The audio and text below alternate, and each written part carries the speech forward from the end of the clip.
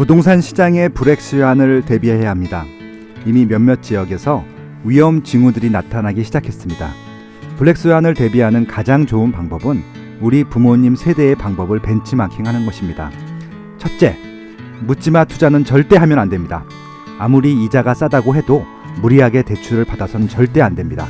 자신이 투자라고 생각하는 방법이 투기는 아닌지 늘 의심해 봐야 합니다. 둘째, 실거주층이 주로 매수하는 시장이 아니라 투자자들끼리 매물을 돌리고 있는 시장은 아닌지 꼼꼼하게 체크해야 합니다. 들어는 봤지만 읽지는 못한 당신을 위한 다독다독 책장의 문을 열겠습니다. 네, 안녕하세요. 안녕하세요. 네. 게스트분이 인트로 멘트 다 해주시니까 편하네요. 네. 네. 우리 다독다독의 멤버이자 또 네. 부동산 전문가인 빠숑님의 책을 같이 얘기 나누고 있습니다. 네, 대한민국 부동산 투자. 네. 제목이 진짜 거창해요. 글쎄 고창하네요 진짜. 네. 이거 좀 에피소드가 있는데 네. 제가 이게 네 번째 책이에요. 네. 네. 책 만들 때 제목을 공모를 했어요. 제 블로그에서. 맞아 생각나요. 네, 그래서 총 800명 정도가 응모를 해주셨는데 네. 좋은 제목이 족같이 많아요. 진짜 정말 많아가지고 네. 나중에 또 써먹으려고. 아무튼 그 중에서 1등한 제목이었습니다. 네. 네, 근데 진짜 이렇게 빠숑님 책들은 굵직굵직한 네. 제목으로 이렇게 뭔가 굉장히 와 대범하시다 네. 그런 생각도 들거든요. 그러니까 뭐 하늘을 우러서 한 점 부끄럼 없이 살다 보니까 뭐 겁날 게 없어서 그런 것 같아요. 네, 너무 좋아요. 되게 대단하다고 느끼는 것 중에 하나는 네. 그 시기에 딱 필요한 제목의 책을 딱 내주세요. 근데 그리고 너무 또 막 불타오르다 보니까 시장이 좀 적정선을 지켜야 되지 않을까라는 생각이 좀 들기도 했는데 딱 적당한 내용의 메시지를 전달해 주신 것 같아요. 그러니까 제가 시장에 늘 참여하고 있기 때문에 그렇게 네. 말씀을 드릴 수 있는 것 같고요. 20년 동안 있는데 좀 계속 매일 보고 매일 공부하고 매일 글 쓰고 하다 보니까 그때 제일 필요한 얘기가 어떤 것들인지 이제 좀 알 수 있었던 것 같고요. 이게 또 사이클이라고 하는 것들이 뭐 늘 똑같은 모양으로 오는 건 아니지만 반복이 되는 것들이 좀 있어요. 예, 그런 것들을 좀 선배로서 후배님들한테 좀 알려주고 싶었다. 예, 그런 차원으로 책을 좀 정리했다고 보시면 될 것 같아요. 네. 네. 본격적인 이제 책 내용을 이어가기 앞서서 그렇다면 2020년의 그런 부동산 전망이랄까요? 네. 아니면 또 초보자들이 진입하기에 시장은 또 어떠한지 조금 지금 우리는 어떻게 해야 되는지에 대해서 네. 궁금해요. 네. 네. 그러니까 이게 좀 이제 사람들마다 좀 다 다를 그렇죠. 수밖에 없고요. 네. 지역에 따라 다 다를 수밖에 없고 가장 중요한 거는 경제력이 좀 다 달라요. 그게 좀 그쵸. 제일 큰 네. 변수일 것 같아요. 그래서 이거를 단정적으로 말씀드릴 수는 없을 것 같고 일단 가장 중요한 건 자기 자신을 아는 것부터 시작을 해야 될 것 같아요. 그래서 많은 분들이 다 뭐 또 분양권 공부한다고 하면 또 분양권으로 다 가는데 이 분양권을 제가 받을 수 있는 조건인지 따져보셔야 되고 또 갭 투자한다 그러면 또 갭 투자하는 사람들 다 따라가거든요. 그럼 또 갭 투자는 또 위험한 것들이 많은데 리스크가 있는지 아닌지 판단할 수 없는 사람들은 가면 또 안 되는 것들이고 그렇습니다. 그래서 좀 일단 자기 자신이 어떤 타입인지 어떤 경쟁 수준에 있는지를 좀 알고 난 다음에 접근하셨으면 좋겠다는 것들이고요. 그래서 좀 절대적으로 공부할 수 있는 좀 시간이 필요해요. 제 생각에는 아무리 적게 공부를 한다 하더라도 한 6개월은 해야 될 것 같아요. 6개월 정도 한 다음에 그러면 자기 자신을 알아요. 그러니까 또 모의 투자도 또 해보기도 하고 예, 그 다음에 자기가 맞는 방법들을 좀 골라가는 것들이 필요하다. 일단 그렇게 말씀드릴 수 있을 것 같아요. 네. 일단 대한민국 부동산 투자를 읽고요. 6개월 네. 동안 어떤 공부를 어떻게 해야 되나요? 저는 제일 좋은 공부는요. 네. 신문 보는 거, 뉴스 보는 게 제일 좋고요. 그리고 이제 주변에 이런 또 부동산 관심 있는 사람들이 있거든요. 예, 그분들하고 얘기 좀 많이 해보는 게 좋을 것 같고 그다음에 제 블로그 무조건 오세요. 그러니까 제 블로그 많이 오서 홍보하는 게 아니라 제일 공평한 얘기를 하기 때문에 그렇고요. 제 블로그에 또 다른 것들도 소개를 하거든요. 이렇게 좀 파생하시면서 좀 보시면 좋을 것 같고 제가 좀 진행하고 있는 팟캐스트 빠숑의 세상 답석도 들어보시면 좋을 것 같고 제가 하는 특강들 일단 정규 강의는요. 저 어느 정도 수준 되시면 오세요. 왜냐면은 수준이 높아요. 그러니까 일반인들은 못 따라 드실 테니까 특강을 먼저 좀 몇 번 들어보시고요. 찾아보시면 제 블로그에 늘 공지하니까 제가 하는 특강들 한번 들어보시고 예, 그리고 필요하시면 각 분야에 맞는 또 특강도 들어보시고. 그러니까 뭐 특강 듣는다고 뭐 물건을 찍어주지 않잖아요. 안 찍어드려요. 그렇기 때문에 들으시는 겁니다. 왜냐면 찍어드렸을 때 그걸 감당할 수 있는 그런 체력이 없으면 무조건 망하거든요. 그렇기 때문에 이제 그런 공부들을 한 6개월 정도만 해보시고 좀 투자라고 하면은 작은 것부터 하시면 좋을 것 같고 내 집 마련이라고 하시면은 좋은 것부터 하세요. 그렇게 한번 접근해 보시면은 좋겠다는 좀 말씀을 드려보고 싶습니다. 네. 근데 요즘은 투자를 하기에는 음. 너무 법적으로 다 막혀 있는 느낌이 들어요. 네. 그러니까 한 2년 전, 한 3년 전만 해도 대출도 훨씬 더 자유로웠고 네. 또 이렇게 뭐 다주택자들에게 뭐 제한되는 그런 규제도 것들, 덜했고. 규제도 굉장히 없었는데 지금은 뭘 할래야 할 수가 없는 느낌이 많이 들거든요. 그러니까 이제 많은 분들이 오해가 있는 게, 네. 그러니까 이게 내 조건에 맞게 시장이 맞춰주지 않아요. 그러니까 이제 그 과거 2013년도, 15년도가 아마 특히 2013년도가 제 기억에는 제일 좋은 투자 시기였어요. 그러니까 누구나 다 투자할 수 있었고 가격도 쌌고 서울도 쌌었으니까. 그때는 정말 경기가 어려웠었습니다. 그러니까 특히 2010년도, 2008년도부터 금리가 왔는데 이제 바로 빠지진 않고 2010년도부터 2012년도까지 3년 내내 빠졌거든요. 그러다 보니까는 살 물건들이 너무 많았던 거예요. 그 정부에서도 경기가 워낙 침체돼 있다 보니까 활성화 정책을 핀 거예요. 그래서 그때는 세금도 낮춰줬고 규제 다 풀고 투기 과열 지역이 강남, 송파구, 서초구가 끝까지 있었는데 2012년도에 해제를 시켜주거든요. 그 얘기는 뭐냐면은 이제 광남 3구도 사라는 얘기거든요. 많이 빠졌기 때문에. 그런 메시지가 왔을 때 자신 있게 매수를 하면 되는데 많은 분들이 오히려 위축돼 있거든요. 그러니까 이제 그럴 때 살 수 있는 어떻게 보면 좀 자신감, 확신이 쓰려고 하면은 그 전 단계에 공부가 돼 있어야 되는 것들이잖아요. 근데 지금은 아까 로사님께서 말씀하신 대로 투자하기에 좀 적합하지는 않아요. 가장 큰 이유는 규제 때문이 아니에요.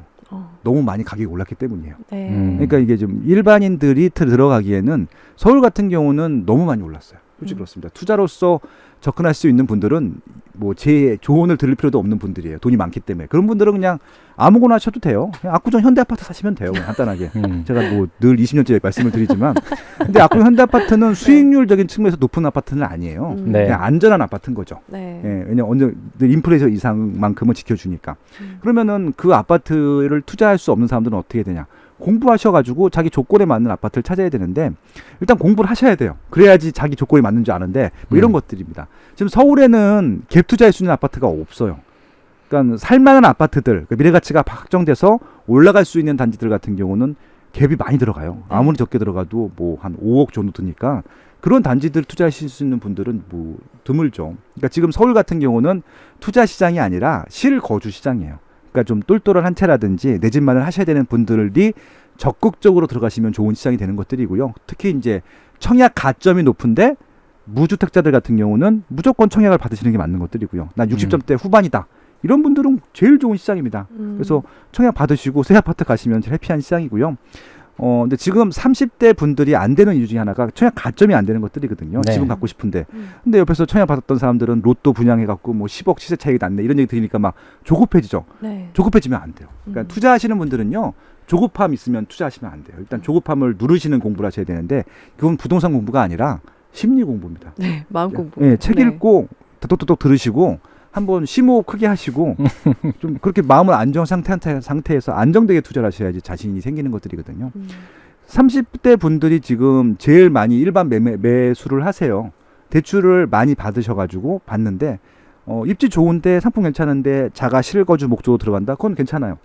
그런 분들이 지금 서울에서 많이 하고 계신데 지금 중요한 건 뭐냐면 제가 지금 말씀드린 서울에 청약을 받을 수 있는 가점이 있거나 서울에 있는 일반 매물들을 대출 많이 받아서 살 수 있거나 이런 분들은 기본적으로 경제력이 좋으신 분들이에요. 그런 분들은 내 집 마련하시는 것들은 문제가 안 되는 것들이고요. 뭐 추가로 사시는 것들도 문제가 안 되시는데 아마 한 60% 이상은 이 조건이 안 되실 거예요. 예, 돈이 없거나 조건이 안 되거나 그렇죠. 그런 분들이 눈높이를 낮춰서 돌리시는 게 경기도, 인천, 지방 이런 것들이죠. 그럼 지금은 이제 경기도, 인천, 지방에 투자하시는 분들이 많이 가 있어요. 근데 문제는 뭐냐면은 과거처럼 정말 주택 숫자가 부족해서 수요 대비 부족해서 일단 사두면 올라가는 시절이었으면 문제가 안 되는데 2010년도 이전 시장이 그랬어요. 지금부터는 집이 남아 돌아요. 서울도 남아 돌고 지방도 남아 돌고 그러다 보니까는 특히 지방 같은 경우는 수요가 솔직히 말씀드리면 빠지고 있습니다. 증가하지 않아요. 그렇기 때문에 아까 말씀드린 대로 처음에 이제 그 우리 학년 연령층들이 빠지고 있음에도 불구하고 수요가 있는 수요는 있다고 말씀드렸죠. 공부하는 애들은 늘 남아 있으니까 네. 결국은 지방 수요가 빠진다 하더라도 수요가 남아 있는 입지들 상품들이 있거든요. 그런 것들만 하시면 상관이 없는데 처음에 투자하시는 분들이 뭐냐면은 일단 갭이 조금 들어가는 거, 전세가랑 매매가랑 붙어 있는 것만 찾아요. 그거는 지금 하시면 안 돼요. 지방 같은 경우는. 지금 가격이 심지어는 올랐습니다. 그러니까 가격이 오른 것들 이건 올랐지 않느냐라고 하시는 분들이 있는데요. 그거 분명히 맨 마지막 받는 사람들이 폭탄 받는 거예요. 장담합니다. 예. 네. 그러니까 초기에 투자하셨던 분들은 수익을 받고 나가요. 그러니까 이제 정상적인 투자자들도 있지만 나쁜 투자자들도 있어요. 그러니까 자기가 조금 뭐 인지도를 이용해서 자기가 사놓은 다음에 그것들을 추천을 합니다. 사계에서 올라간 다음에 자기는 털고 나가요. 그런 사람들이 있거든요. 근데 그런 상품들인지 아닌지를 판단하려면은 본인 공부가 필요한 것들이거든요. 그래서 결국은 지방 투자하실 때는 정말 공부 많이 하셔야 돼요. 그러니까 저는 늘 말씀드리지만 이 책에서도 말씀드렸지만 맨 마지막에 써놨어요. 모르는 입지 하시면 안 돼요. 그건 바보 같은 짓이에요, 진짜. 돈 번 사람들이 있는데요. 그건 어쩔 수 없어요. 번 사람들이 있어요. 근데 그렇다고 내가 그 사람처럼 돈을 벌 수 있느냐? 그건 다른 문제예요. 그러니까 공부한 사람들은 벌 수 있는데 공부 못한 사람들은 지방 내가 모르는 입지에서는 절대 살 수가 없습니다. 그러니까 제일 좋은 방법은요. 관심 지역들을 몇 개 꼽아놓고 그 지역 시세를 계속 추적하시는 거예요. 한 5년 동안 하시면 딱 좋아요. 그러니까 5년 동안 기다리라는 얘기가 아니라 과거 5년 데이터 있잖아요. 그것들을 쭉 보는 거예요. 그러면 어떻게 흘러가는지 알거든요. 그러면 그 입지의 그 상품의 적정 가격을 알 수 있어요. 그러니까 이 말씀을 왜 드리냐? 이게 지금 네이버잖아요. 네. 예, 네이버에 있는 높으신 분하고 한번 내가 상담을 해드린 적이 있는데 그분이 15년 동안에 오피스텔에서 자가로 사셨대요. 분당에 있는. 그러니까 주거용 오피스텔이기 때문에 방 2개 나오고 되게 큰 거죠. 어딘지 알 것 같아요. 네. 네. 15년 동안 가격이 5천만 원이 올랐답니다. 세상에. 그러면 오르긴 오른 거니까 좋은 걸까요? 아니면 나쁜 걸까요? 그동안 뭐 낸 세금이며 기회비용 그러니까 제 생각에는 한 10억 손해죠. 가까이 줬을 것 같은데 네. 10억 5천이 된 거예요. 보니까 실패한 투자죠.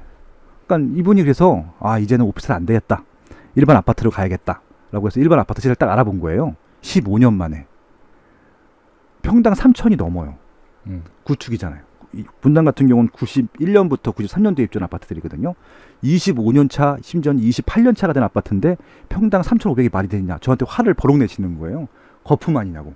제가 올린 것도 아닌데. 그분은 왜 화를 내셨을까? 근데 지금 분당은 작년부터 계속 올랐었거든요. 그러니까 이게 적정 가격인지 아닌지를 판단할 수가 없는 거죠. 왜 그러냐면은 15년 간격 동안에 한 번도 그 시세를 안 본 겁니다. 근데 15년 동안 그 시세를 꾸준히 추적해온 사람들한테는 지금 실거주 하실 분들한테는 그게 비싼 가격이 아니거든요. 근데 그분한테는 비싼 가격인 거잖아요. 그러니까 이게 무조건 절대 가격이 낮다고 싼 가격이 아니거든요. 이게 적정 가격이 아닌지는 실수요자들이 선택하냐 안 선택하냐고 판단해야 되는데 그러려고 하면은 이 시세를 꾸준히 트래킹을 해야 돼요. 그러니까 전국에 있는 아파트 시세를 알 수가 없어요. 저도 다 몰라요, 그거는. 그러니까 관심이 있는 지역들, 좀 구체적인 지역 단지들 하나 좀 한 30개 정도는 좀 정해놓은 다음에 그 아파트들 시세만 꾸준히 트래킹을 하다 보면은 지금 들어갈 타이밍인지 아닌지가 보이거든요. 그러니까 이제 그 아파트 리스트를 만드는 것들이 결국은 부동산 공부가 될 것 같고요. 그게 이제 사람들이 살 수 있는 아파트를 좀 한정적으로 좀 줄여가는 작업이 되는 것들이에요. 질문 있어요. 가격들을 계속 봤는데 이게 도무지 현재가 싼 건지 비싼지 그래도 모르겠습니다. 네. 라는 질문이 있을 것 같거든요. 어떻게 판단을 해야 될까요? 그러니까 제일 중요한 거는 그 입지에서 가장 비싼 아파트 시세를 알아야 돼요. 그걸 내가 살 수 없다 하더라도 알아야 돼요. 그래서 그 아파트와의 가격을 계속 보시면 되는데 그 아파트와의 가격 격차를 보시면서 만약에 제일 비싼 아파트하고 가격 격차가 좀 꾸준했었는데 갑자기 벌어지잖아요. 네. 일단 그것도 하나의 포인트가 될 수 있고요. 제일 중요한 건 뭐냐면은 지금 그 아파트를 사는 사람들이 어떤 사람인지를 보면 돼요. 실수요자들이면 비싼 가격이 아닌 거죠. 예. 근데 이제 투자자들끼리 사고 있다. 그건 조금 따져봐야 돼요. 근데 이제 투자자들이 실수요자들한테 파는 가격인데 사람들이 많이 사고 있다. 그러면 거기까지는 적정 가격인 거예요. 네. 근데 그걸 어떻게 아느냐? 중개업자한테 물어보면 돼요. 그러니까 중개업자들한테 늘 커뮤니케이션을 해야 돼요. 우리는 그 시세를 알 수가 없잖아요. 그러니까 중요한 게 또 뭐냐면은 실제 그 실거래가 올라오는 가격이랑 현장 가격이 다른 경우 되게 많아요. 많아서 직방인이 호갱노는이 거기서 뭐 실거래가 때문에 많이 홍보를 하시는데 실거래가가 아닌 경우가 되게 많거든요. 왜냐면 그건 이미 2달 전 가격인데 지금처럼 상승시장에서는 많이 오르면은 그게 실거래가가 아닐 수가 있거든요. 그렇기 때문에 항상 실시간으로 현 시간에서 이제 중개를 많이 하고 계시는 중개업자 분들하고 계속 커뮤니케이션 하시는 게 가장 정확하고 누가 사고 있는지 물어보시면 제일 적합하다. 네. 말씀드립니다. 질문이 많아졌는데 마지막으로 하나 더 여쭤보고 이제 본 내용을 다루자면 네. 요즘 투자자들이 가장 주목하고 있는 그런 정보랄까요? 상품이랄까요? 그런 게 뭘까요? 궁금해요. 지금 1등은 청약이고요. 네. 그다음에 청약 안 되시는 분들은 분양권 몇 개 안 되지만 입주권이고, 그리고 이제 그 다음이 그 분양한 아파트 주변에 있는 신축, 준신축이 제일 인기가 많은데, 문제는 이제 이것들이 다 핫한데 다 비싸죠. 그런 부분들이 있고, 이제 좀 투자하시는 분들 같은 경우는 좀 일단 줄었어요. 투자를 할 수가 없어 지금. 그쵸. 자유투자자들 규제를 하고 있기 네. 때문에. 일단 뭐가 문제냐면은 양도를 하고 싶은데 양도를 못 하기 때문에 지금 묶여있기 때문에 그분들은 그냥 지금 쉬고 있어요. 그리고 이제 소액으로 투자하고 싶으신 분들 같은 경우는 지방에 지금 가 있고요. 아까 말씀드린 대로 지방에 입지 좋은 데들, 좀 그런 아파트들 좀 과거 대비 좀 많이 조정이 돼 있으면은 이제 그런 것들 많이 투자하고 계세요.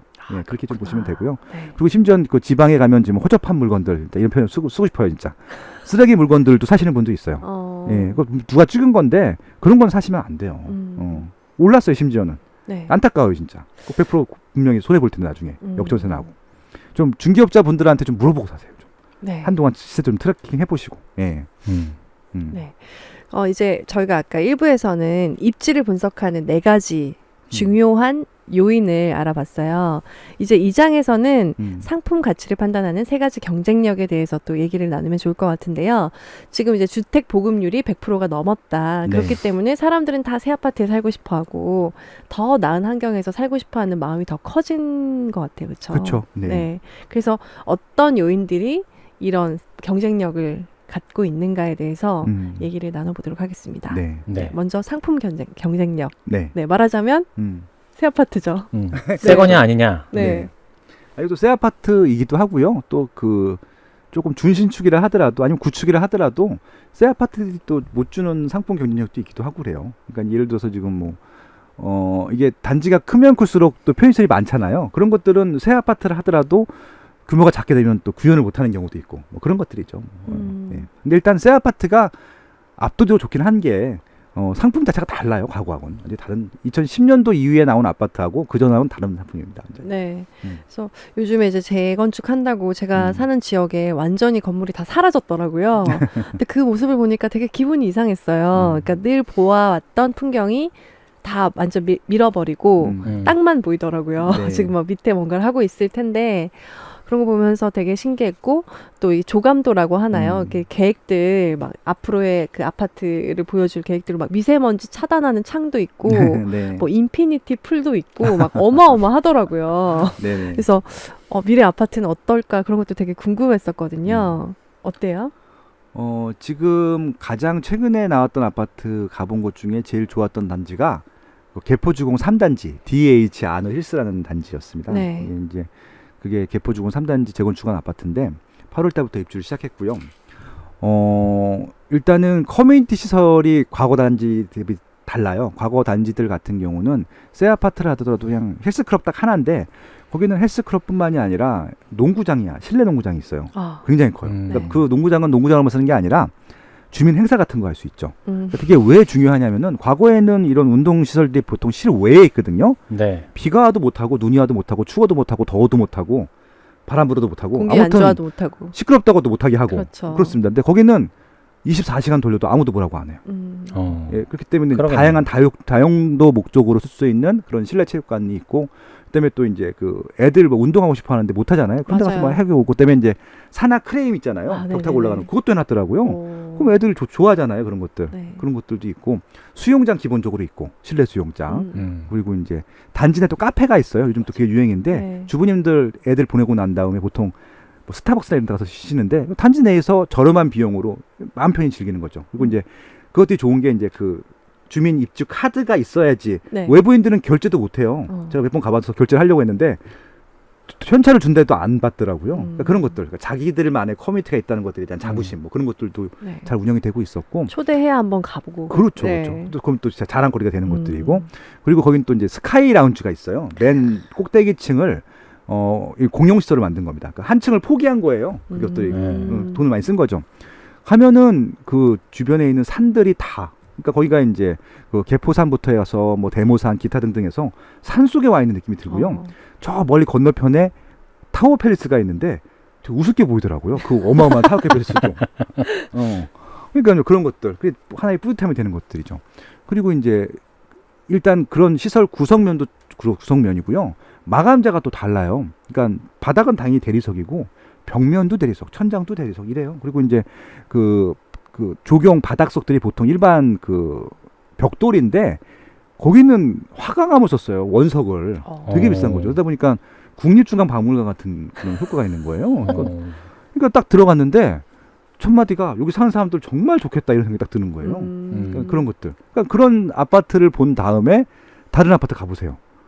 살고 싶지 않을 것 같지 않아요? 눈에 안 네, 차겠죠. 정말 그래서 경쟁력이 있네요. 네. 보통 새 아파트들은 이제 처음에 돈이 없어서도 그러시는 분들도 있고 새 집 증후군이 좀 들어와서 그러시는 분도 있는데 한번 세를 돌리시는 경우가 있어요. 근데 그 아파트는 다 거의 다 자가로 들어가 살겠다고 지금 전세 매물이 없어요.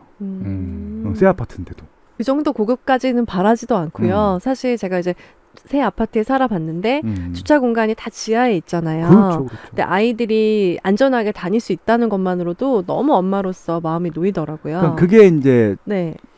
2009년도에 입주한 반포자이, 반포 레미안 퍼시티 때부터 본격적으로 그렇게 지하 주차장화했거든요. 네. 지상에는 차가 못 다니게 하고 애들이 인라인을 타던 자전거를 타던 심지어는 반포자이 같은 경우는 놀이터를 이렇게 물을 버놓으면은 수영장이 돼요. 네. 일반 네. 놀이터가. 시설로. 겨울에는 놀이터, 여름에는 수영장.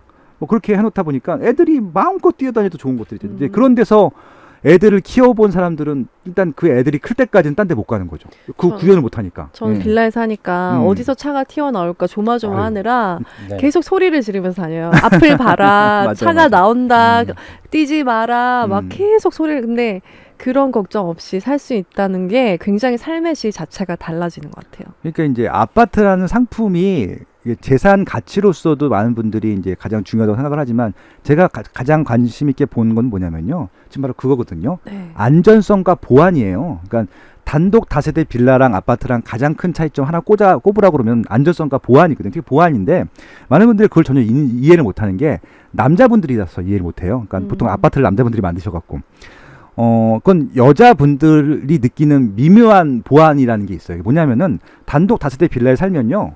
그냥 범죄 도시가 아닌데도 괜히 불안하네요. 누가 들어올까봐. 근데 아파트라고 하는 곳은 다 비슷한 사람들끼리 살잖아요. 그게 일단은 1차적인 보안 해소가 되는 것들이고 나이가 좀 많긴 하지만 경비 아저씨들이 있는 게 굉장히 큰 보안에 대한 안도감도 주고요. 그리고 이제 그 주차장 문제도 아까 말씀하셨잖아요. 이게 지하로 가게 되면 지상 같은 경우는 애들이 뛰어노는 것들에서 불만이 없는 거예요. 그러니까 이게 지상에 차가 많이 다니는 경우는 애를 그냥 혼자 못 보내요. 따라가야 되죠. 근데 맞아요. 그렇게 좀 지상에 차가 안 다니는 지역 같은 경우는 뭐 나가서 놀던 또 보이잖아요. 또 위에서 맞아요, 보이면. 맞아요. 예. 그다음에 또 CCTV도 많고. 그러다 보니까 집에서 다 감시도 가능하고.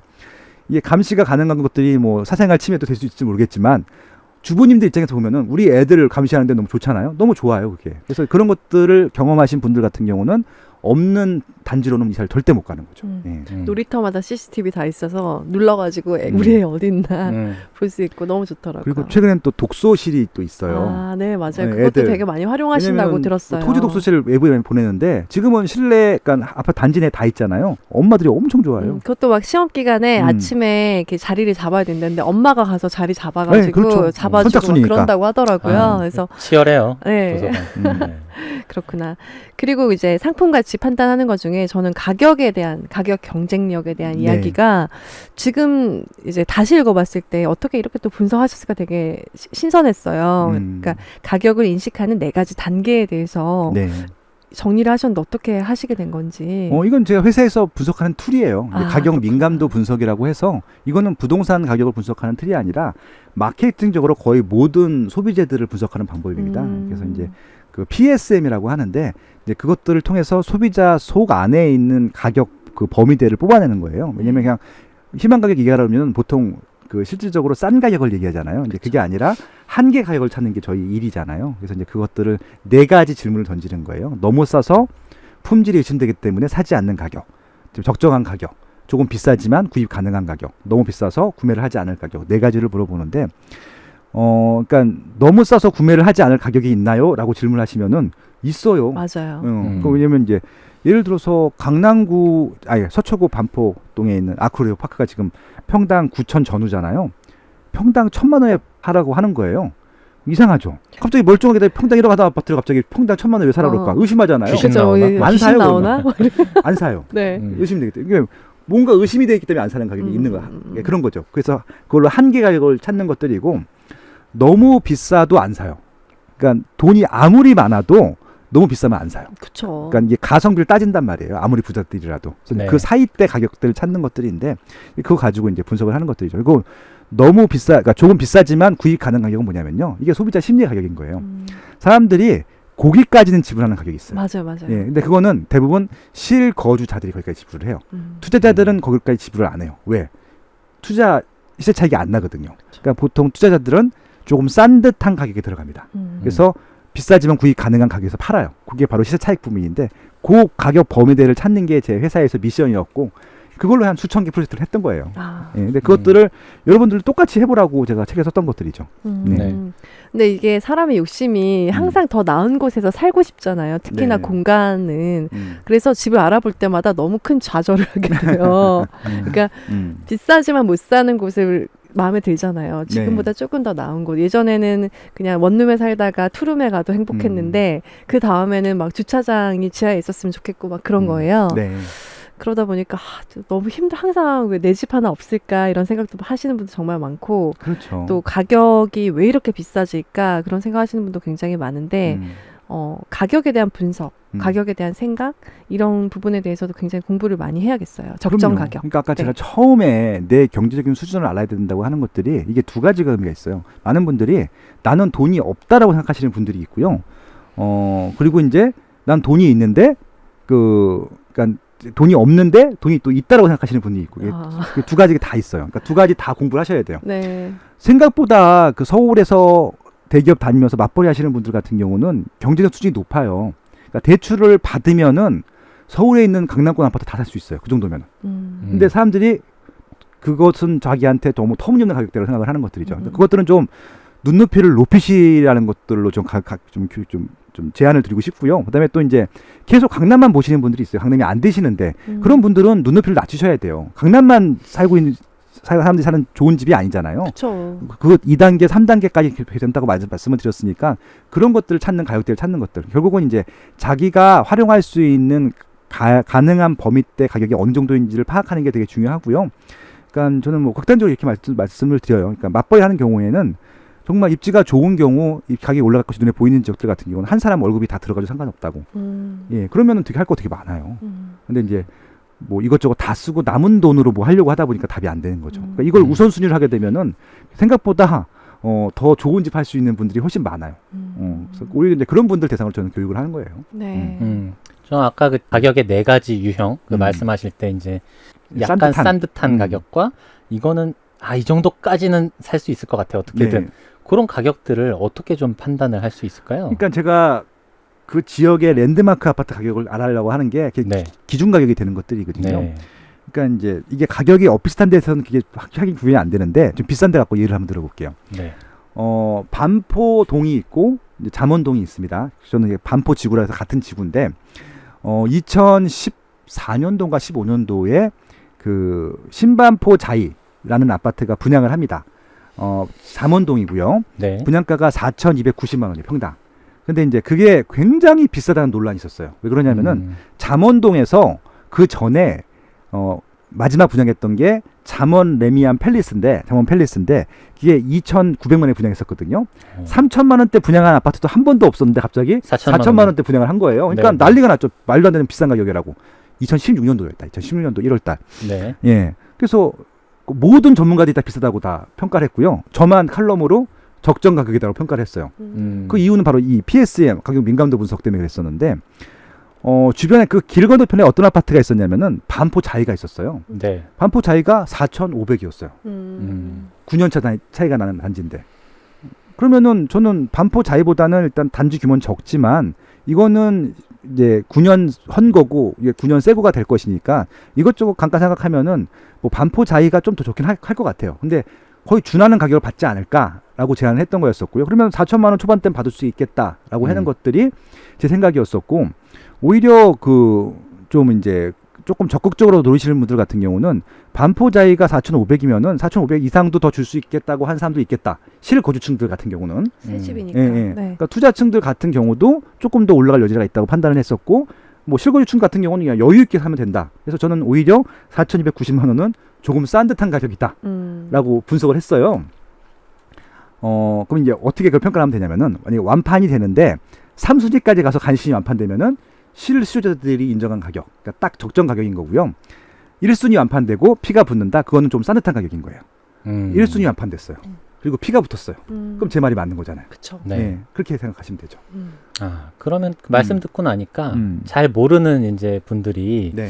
가격의 적정선을 판단할 때는 최근에 그 지역에 분양한 분양가가 네. 그게 프리미엄이 붙는지 안 붙는지를 좀 살펴보면 네. 대략적인 판단은 또 가능하겠어요. 그러니까 지금 근데 너무 그때까지만 하더라도 제가 이렇게 수요 조사를 많이 하고 분양가 조사를 많이 했는데 네. 지금은 하나도 안 해요. 왜 안 하는 줄 아세요? 왜요? 너무 싸서 안 해요.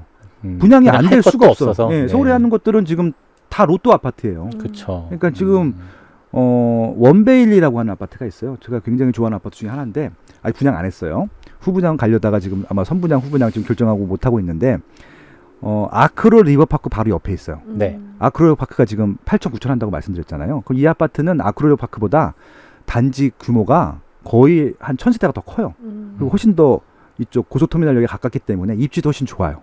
그럼 당연히 더 비싸겠죠. 네. 새 아파트기도 하고 그리고 또 그렇게 사람들이 좋아하는 또 레미안 브랜드기도 하고요. 레미안이 되게 인기가 많거든요. 반포에서는. 근데 분양가를 4천만 원 초반대 분양을 하고 하는 거예요. 어떡해. 예, 그럼 이거를 수요 조사를 할 필요가 있어요? 없죠. 분양가 조사를 할 필요가 있어요? 박 그럼 터지죠, 제가 아까 그냥. 그 말씀대로 네. 너무 싸서 분양을 안 받는 가격, 조금 싸듯한 가격, 그다음에 좀 비싸지만 구입 가능한 가격, 너무 비싸서 분양 안 받을 가격. 어떤 가격이에요? 너무 싸지만 너무 미친 싸지만 듯이 무조건 사야 넣어야 할 되는 가격. 근데 이제 물론 4천만 원대기 때문에 이제 분양을 안 받을 가격은 아니고 네. 많이 싼 가격이잖아요. 그렇죠? 그러니까요. 예, 그러면 당연히 그거는 일반인들이 그냥 조사할 필요도 없이 그냥 나오는 딱 가격이잖아요. 그건 좀 네. 문제가 있지 않나요? 분양가가 그렇게 싼 그러니까 것은? 이거는 제 생각에는 네. 정치적인 이슈인 거예요. 그러니까 그 아파트랑 전혀 무관한 사람들이 4천만 원, 5천만 원, 1억 하는 가격들에 대해서 상대적인 박탈감을 느끼는 것들 때문에 그들한테 심리적 만족감을 주기 위해서 분양가 책정 가격을 하는 것들이거든요. 그러니까 이건 시장하고 전혀 무관한 유사 결정을 하는 것들이잖아요. 전 강남에서 서초구에서 평당 1억짜리가 나오는 게 도대체 정치랑 무슨 상관이 있는지 모르겠어요. 오히려 비싸게 분양해서 그 돈 세금 많이 걷어서 그걸로 임대주택 많이 만드는 게 더 이익이 되지 않을까 싶은 것들이거든요. 그게 분양가를 낮춘다고 해서 주변 아파트 가격이 낮아지지 않거든요. 왜냐하면 대기 수요층이 너무 많아서 프리미엄을 지불하고 들어온단 말이에요. 네. 예. 그러니까 지금 그 길 건너편에 있는 레미안 퍼스티지가 2009년도 입주했는데 거기도 평당 8천이에요. 10년이 넘은 아파트도 평당 8천인데 이건 지금 분양도 안 한 아파트를 4천에 분양하라고 하면은 이거는 자본주의 논리로서는 전혀 이해가 안 가는 말인 거죠. 예. 네, 좀 이해가 안 되고 축하드려요. 되신 분들. 그럼 가점이 분양 안 했어. 70점대 되실 분들. 아마 제 생각엔 어. 가점 70점대가 돼야 될 것 같은데 네. 70점대 되신 분들은 그냥 앉은 자리에서 그러니까 한 15억 벌고 시작하는 거예요. 와, 네, 그건 어마어마하네요. 그분들한테만 로또를 주는 거죠. 네. 당첨된 로또 복권. 네. 그다음 경쟁력, 프리미엄 경쟁력이 있습니다. 네. 이게 참 흔한 말은 아닌 것 같아요. 흔한 용어는 아닌 것 같아요. 그러니까 프리미엄에 대한 보통 부정적인 시각들이 있죠. 그건 투기꾼이고 거품이고 이렇게 생각하는데 네네. 아파트라고 하는 것은 그러니까 원가 플러스 프리미엄으로 시세가 결정되는 것들이잖아요. 그러니까 많은 분들이 원가에 집중을 하세요. 특히 이제 정책을 만드시는 분들이나 주택이 없는 분들 같은 경우는 맨날 이런 얘기를 하시는 거죠. 도대체 원가가 얼마인데 저렇게 비싸냐. 일단은 오늘 이 방송을 듣는 분들부터는요. 원가 개념을 없애버리세요. 예, 아무 의미 없어요.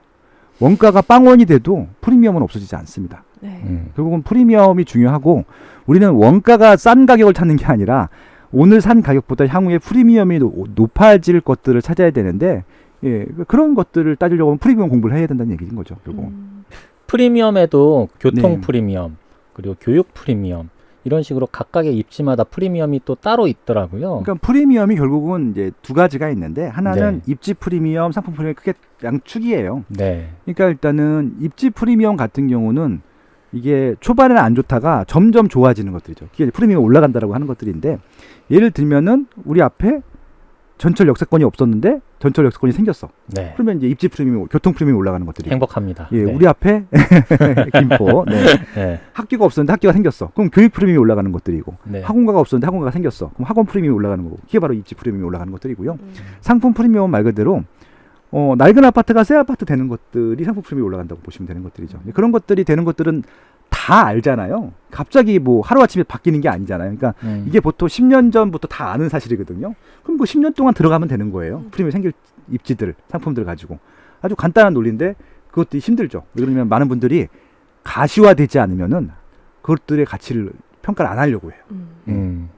그 재건축에 대한 부분도 굉장히 법적으로도 막 많이 오락가락하고 네.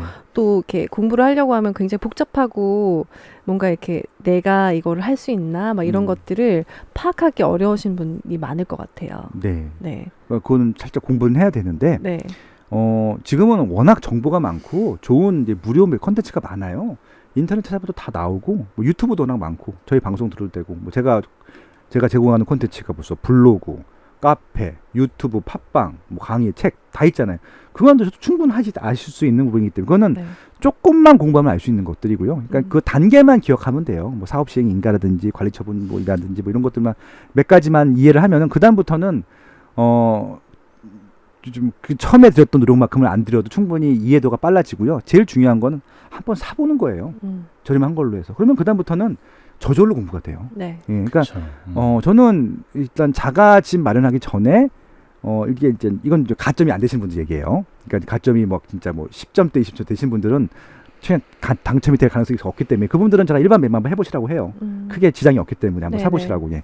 그런 분들 같은 경우 한번 사보시면 그다음부터는 등기 부분도 달리 보이고 입지를 보는 눈도 달리 보이고 그런 지역에 대한 시세 보는 것들도 저절로 매일 보게 되고 뭐 그렇게 되는 것들이죠. 예. 저도 한번 이렇게 부동산 투자의 공부에 되게 빠져들었을 때 정말 책을 미친 듯이 읽고요. 네. 그러니까 왜냐하면 몰랐던 게 너무 아파가지고 후회가 되고 이런 것들을 모르고 지낸 게 정말 안타깝더라고요.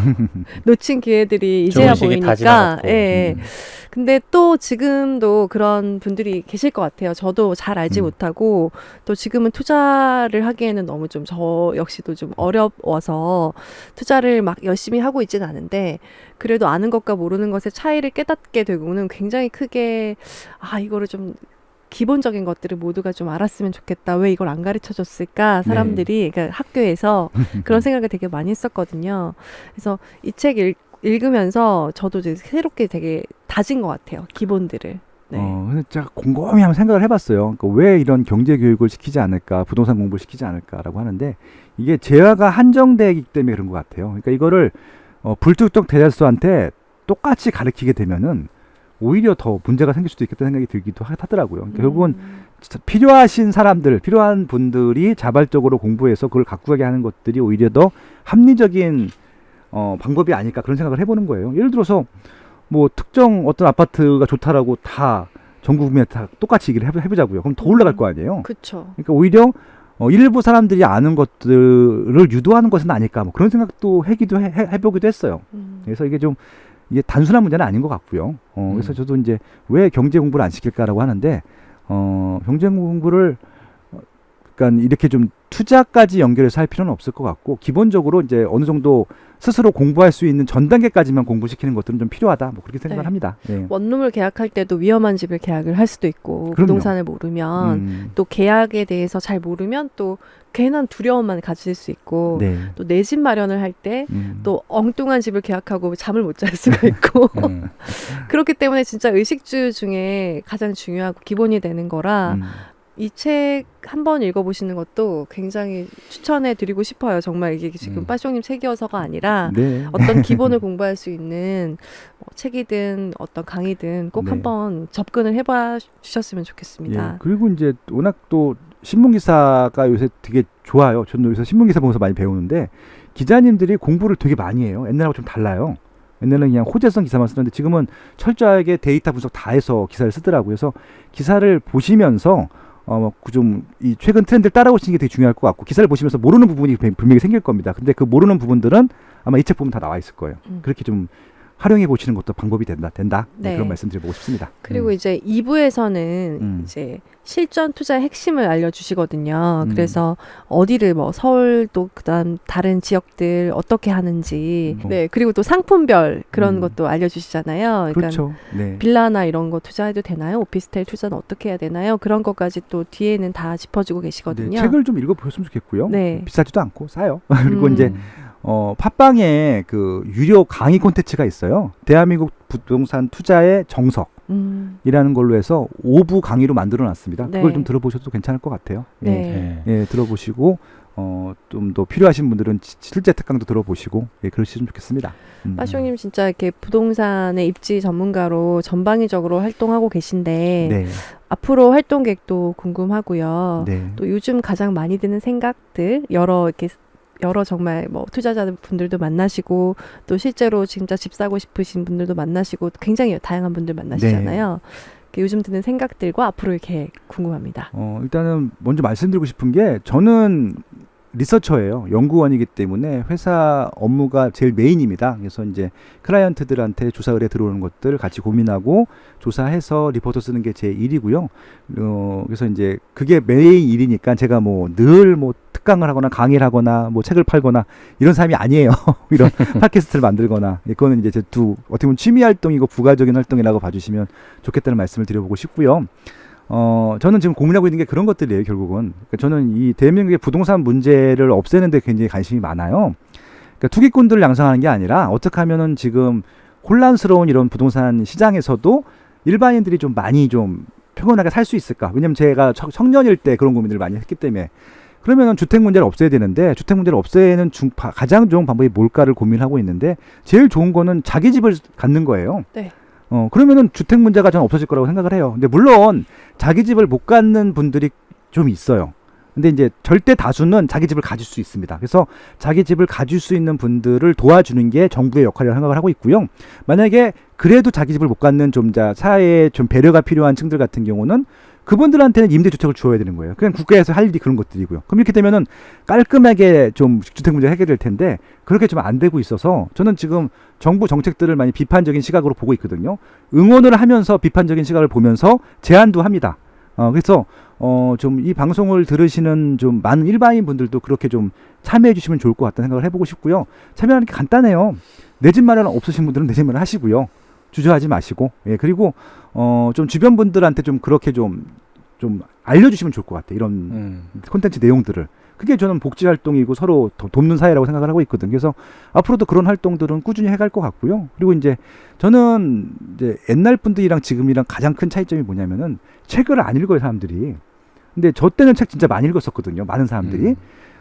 이 다독다닥 같은 프로그램이 좋은 게 책을 읽게 하는 자극을 주잖아요. 그래서 이 책도 아마 읽어보실 것 같아요. 이 방송 들으시는 분들 같은 경우는. 그래서 좀 책을 읽는 그런 좀 문화가 조금 더 보편화되면은 조금 마음의 여유도 생기고 넉넉하고 주변 사람들을 보게 되고 그렇게 좀 되는 것 같아요. 왜냐면 요즘 다 스마트폰만 보니까 다 자기밖에 안 보잖아요. 근데 주변 사람들을 둘러보는 방법 중에 가장 좋은 방법은 저는 이렇게 책을 보고 책에 대한 얘기를 상대방이랑 하는 것들, 그런 것들입니다. 그래서 아무튼 이런 문화적인 좀 캠페인, 부동산적인 캠페인 다 하고 있고요.